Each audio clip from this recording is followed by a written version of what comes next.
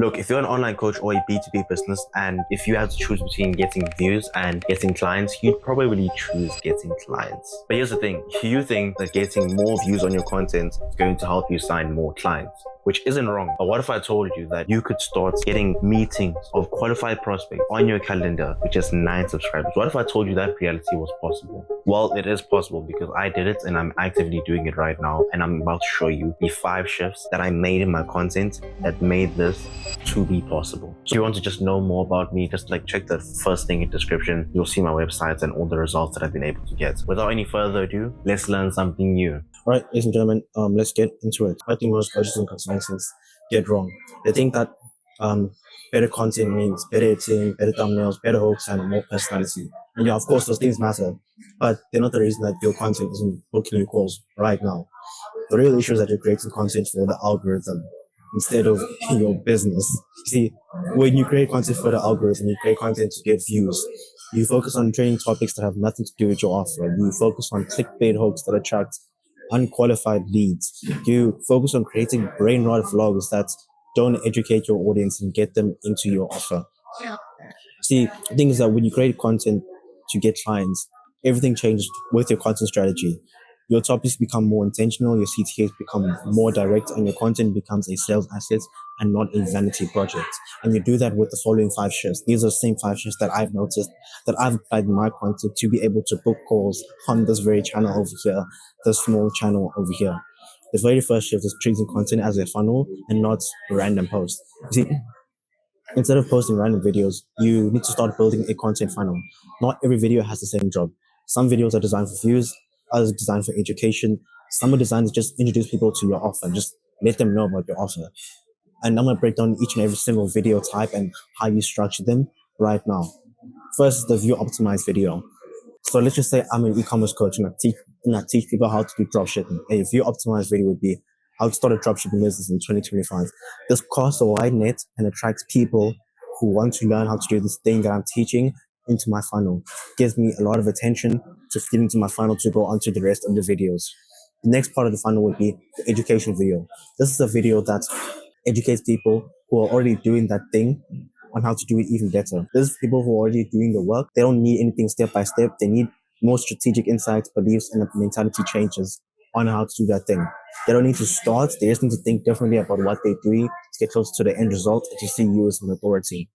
Now, an education video for the dropshipping industry would be winning products for September. That's a really good educational video because it's teaching people how to think when looking for products to start dropshipping with. Now, an offer introduction video would be how I made 7 sales from dropshipping. Copy me. This is where you just go through your entire system as a solution, show what's possible, and move people into booking a call after they've seen everything that you do inside your operation and how they'll be treated inside your offer. Now, the reason why these videos are structured in this way is because number one, you need attention to get people to your offer. You need people to see your offer first and let people know about your offer before anything else. And then you also need to obviously educate them, nudge them, show them why you're the qualified expert to be teaching them this thing. Because let's be honest, they could go to ChatGPT, they could go to Google, and if they could go to all these other places to find the information that you teach, then it's not really going to be beneficial. Then offer introduction video, this is just purely for conversions. This is the bottom of funnel content. This content really gets views, but it does get a lot of attention. So your content ratio should look like this. You want to have 60% view optimized video funnel. These are the SEO plays. 30% educational videos, which is middle of funnel, authority building videos.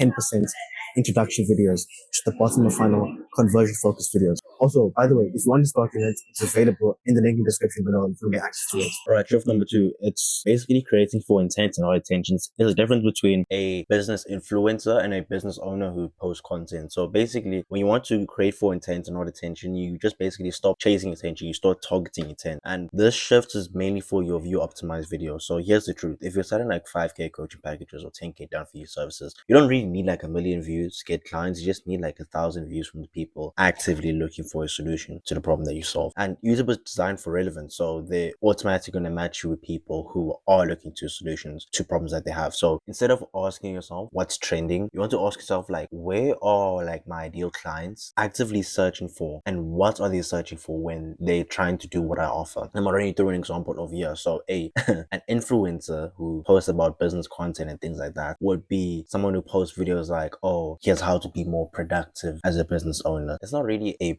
problem for entrepreneurs, because like with entrepreneurs, like their measurement of production of being productive is how much money they make. So if they make like a lot of money within a short amount of time, that's just a productive day. They don't, then it's very not. It's like a less productive day.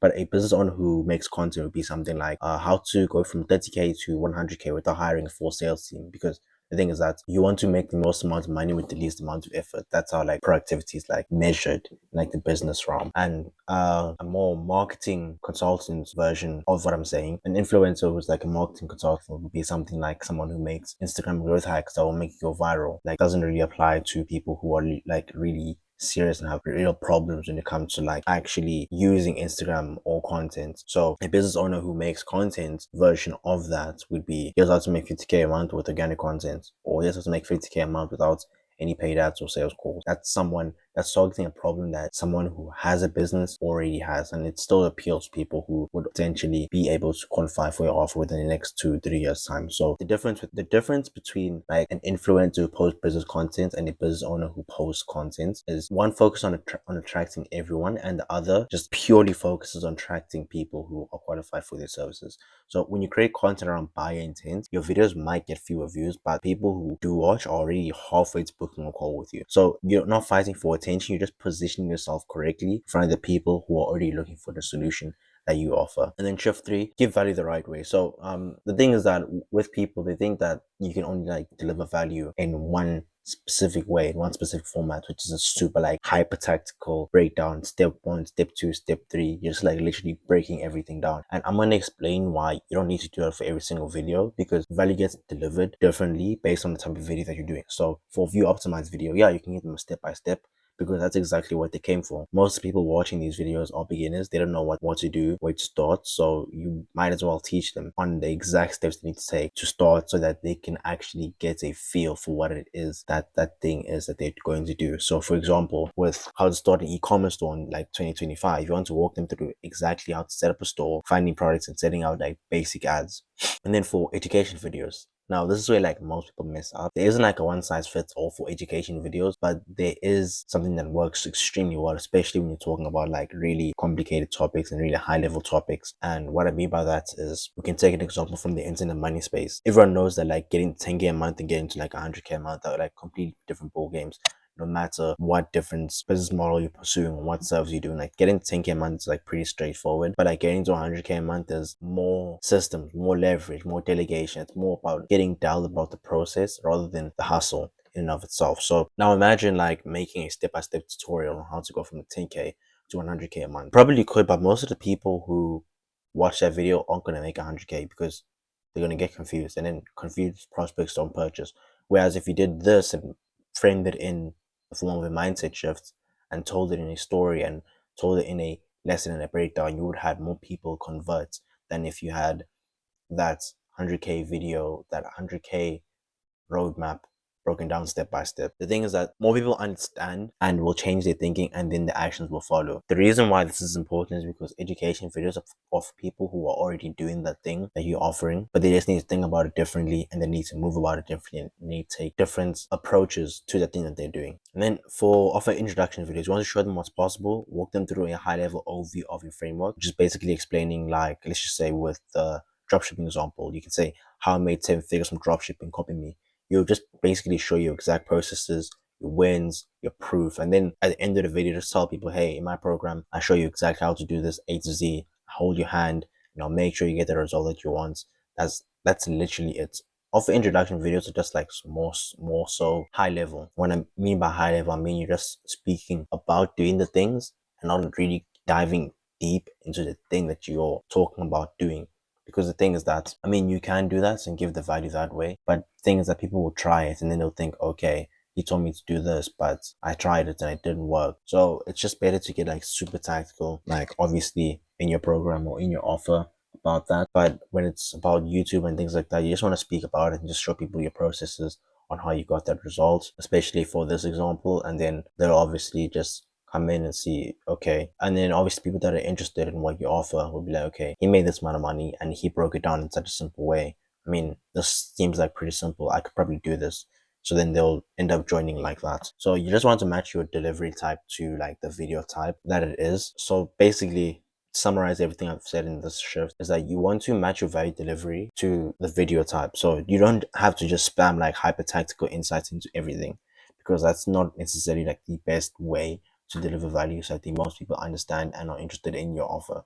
That's the point that I'm making over here. All right, and on to the next shift, which is basically finding your marathon runners. Now, basically, I want to ask you like a stupid simple question. If you were selling water, who would you sell it to and where would you sell it at? Would you sell it to marathon runners at a marathon, or would you sell it to chess players at a chess tournament? You sell it to marathon runners every single time, because marathon runners are always thirsty when they're running. They have the problem that you solve right now. Now, the thing is that, what if I told you you could find your marathon runners on YouTube? Well, you can. It's called SEO. SEO literally helps you find marathon runners. These are the people actively searching for what you offer, because they are actively in the marathon of doing the thing that you help them do or you help them achieve. Here's how to do keyword research to find your marathon runners. Number one, use VidIQ. Search for topics related to your offer. Look for search volume that's over 1,000 monthly searches. Competition weights medium to low. On the pin data indicator. I'll show you what that looks like right now.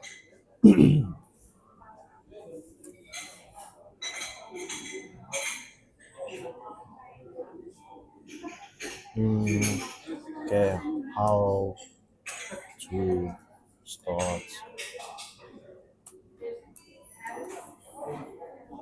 start dropshipping. Just search for that. All right, cool. And then you can see the volume is super high. Competition is medium.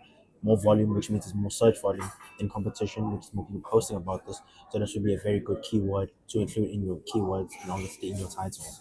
And then the second way to obviously find really good titles, good ideas, and good keywords be to check YouTube autocomplete. So just type a topic into YouTube search and see what autocomplete suggests, because there are real searches people are actively making right now. So let me hop into here to start dropshipping with no money. I'll start dropshipping for beginners. I'll start dropshipping step by step. I'll start dropshipping on Shopify. I'll start dropshipping on Amazon. These are all things people are actively searching for right now. YouTube autocompletes actively doing that. And then obviously want to analyze competitor tags. So find videos ranking for your topic and then use VidIQ to see what tags they're using and steal the ones that make sense for your video. And then number four, optimize your metadata. This means include those keywords in the title, in the description, and in the tag, and also in the transcription of the video, which means you have to say it repeatedly throughout the video. So instead of saying, there's a startup shipping 25, first you're gonna do XYZ thing, then you're gonna do Y thing, then you're gonna do ABC thing. You're gonna say here's how to start dropshipping in 2025. I'm gonna show you the exact step-by-step process that you need to start dropshipping in 2025. If you want to know how to start dropshipping in 2025, then you must do XYZ thing. If you want to know how to become even better at dropshipping in 2025, then you need to know how to do ABC thing good. So it's just essentially continuously mentioning that in the video so that it shows up in the transcript and shows up in the title, in the description, and then obviously it ranks higher because it's much more content throughout the script and throughout the video, and then Google recognizes that and says, okay, this video has mentioned this like over 50 times, and it's also in the tags, also in the description, it's also in the title, so it must be relevant to people searching for this. Then you rank higher on SEO for that. Okay, this isn't complicated. It's just like super intentional. Most people skip this step and then they wonder why their videos don't get discovered. So you want to show when someone searches how to scale my coaching business or how to get clients with ads. That's your marathon runner. Find them. Then shift number five, the final shift that I realized when I was doing this content journey, obviously posting on YouTube, is most people don't watch the entire video. YouTube analytics will show you this. Your retention drops hard like after the first 3 minutes. So if you're only putting your seats at the end of the video, you're missing about 60 to 70% of your audience. So here's what to do instead. You want to place CTAs in two spots. The mid-row CTA around the 40 to 50% mark through the video. This is when most people are still engaged, but it might drop off soon. So you want to hit them with, oh yeah, by the way, you might want to, if you want help implementing this in your business, I've got a few strategy calls open this week. link in the description. Let's keep this going. So you just want to keep like the mid-roll CTA quick, direct, so it doesn't interrupt the flow of the video. And then onto the end CTA, just basically suits the video. It's basically just super direct one. Push the end of the video and don't have to keep it quick and direct. Just like go into depth and what you want to offer, but don't make it too long. So an example would be like if you're serious about turning your content into a hand acquisition system, click the link below to book a free strategy call. Or this channel will show you exactly what's blocking your conversions and map out a plan to fix it. First come, first serve. So those are two CTAs, one for the casual viewer and one for the connected viewer. This alone can choose CTAs calendar bookings without changing anything about your content. So if you want help doing this, obviously, link in the description. Like and subscribe, and let me know if you guys want anything else or me to cover anything else in another one of the videos. Have a great day.